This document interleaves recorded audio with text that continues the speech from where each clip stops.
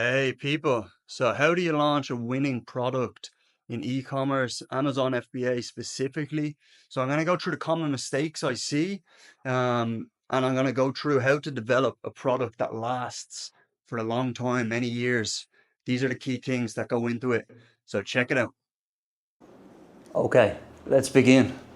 So the first thing we want to do is we want to launch a successful product, but what goes into that? So what are we trying to do? So we're looking at mistakes when picking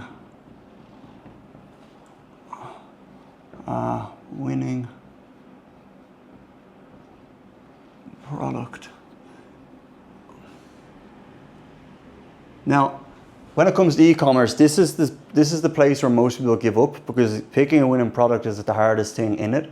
Once you get like a winning product and it has some of the key attributes that I'm going to show you through now, then it becomes a lot easier, because it's a case of replenishing orders, replenishing stock, and then it will last for many years to come. But don't get it twisted. There is work at the start, but I hope that this will help you develop one with the right characteristics so that you can find one for your business. So, number one here,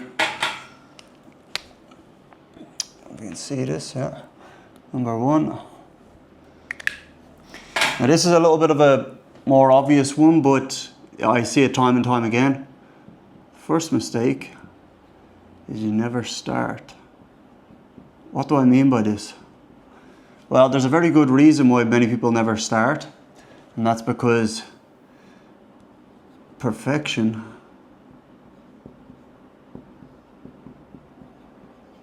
doesn't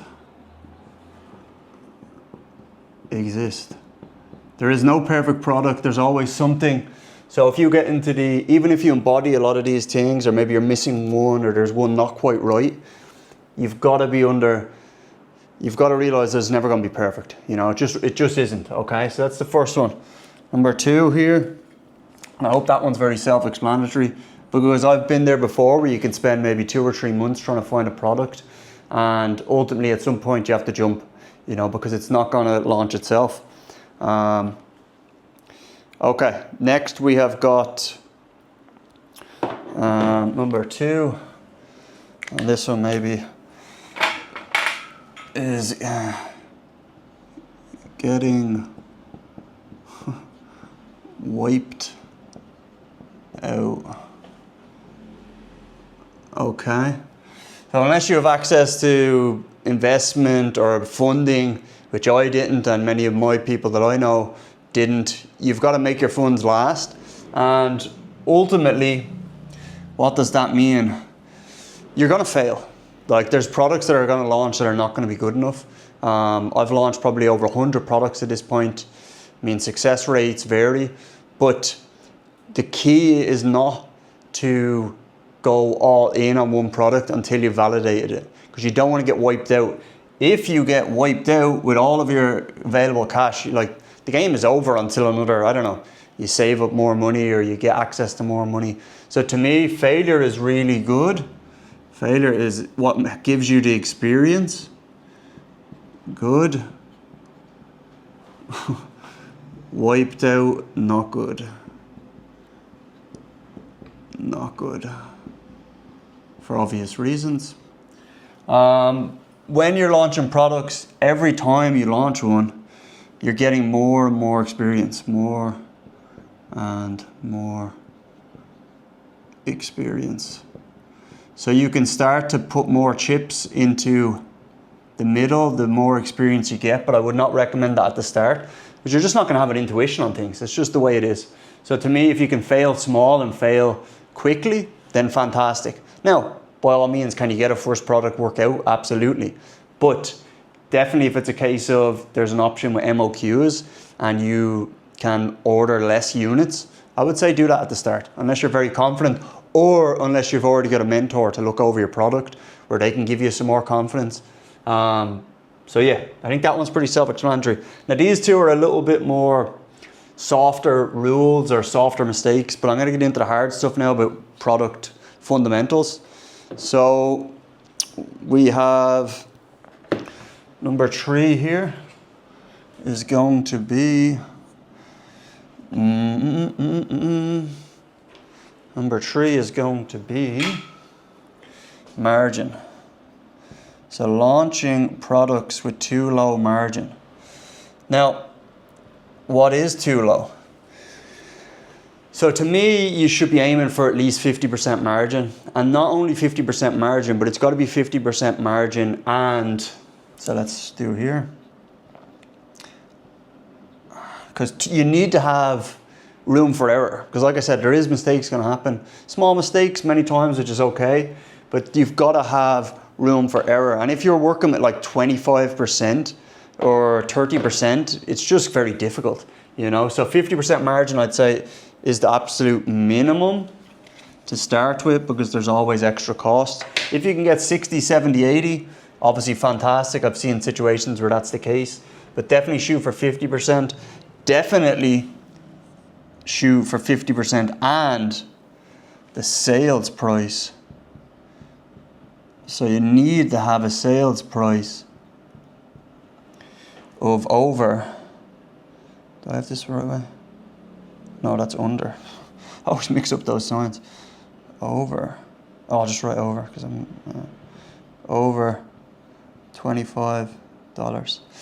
And why do you need to have a sales price over $25? Because I've sold products for say $10, $15, and even if they have a 50% margin, what's going to happen is the 50% margin is going to be fuck all, essentially. It's going to be very little. So if you're selling the product for $5, or sorry, for $10, and you've got a 50% margin, you're looking at having like $5 profit, which is just not enough to spend on ads. It's not enough to absorb any mistakes, and it's not enough to absorb any extra costs that might come into it, you know?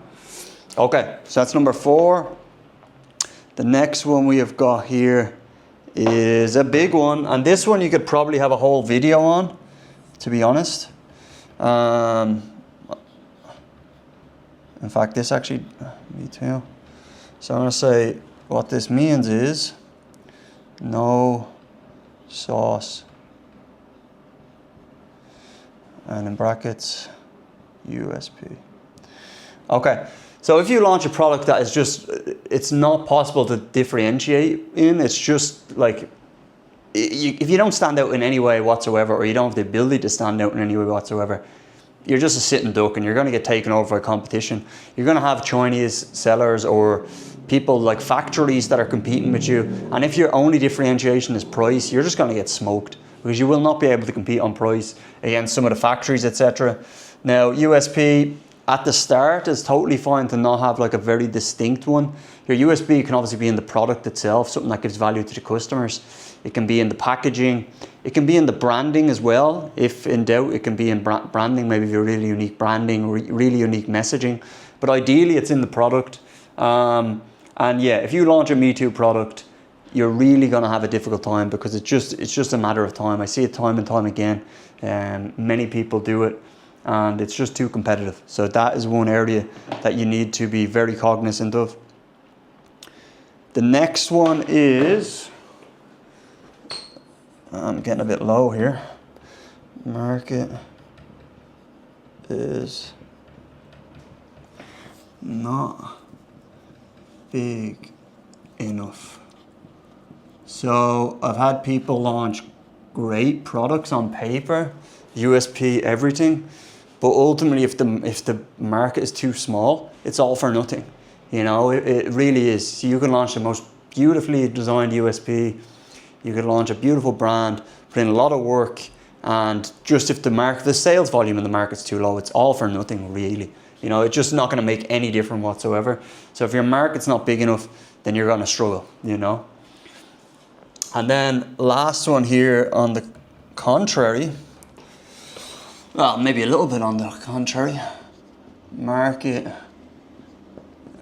too competitive.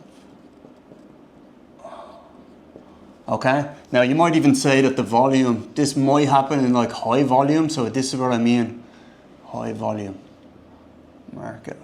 So obviously if you're selling something like, to use a very cliche one, like a blue spatula or like cutlery or something like that, you're going to be super high volume, but it's also going to lead to a lot of competition.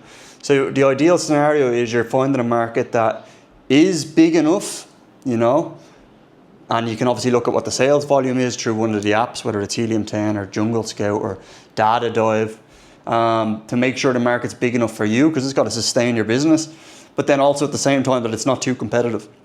If you've got a lot of quality brands in there with USPs, it's just going to be too difficult to do. So these are the key, and you can't really leave out some of these things. I mean, maybe some of these might not be perfect, but you really need to have the margin.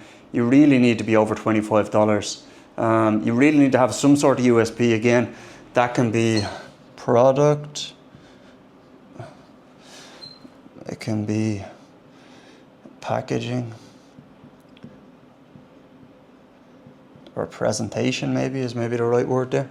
But it could also be brand, you know, because quite frankly, you're not going to be a inventor so much at the start. You know, you need to get an intuition on that. So the product can be okay if you maybe add a USB in some of these areas. Obviously, we look at the likes of Liquid Death, which is a brilliant one.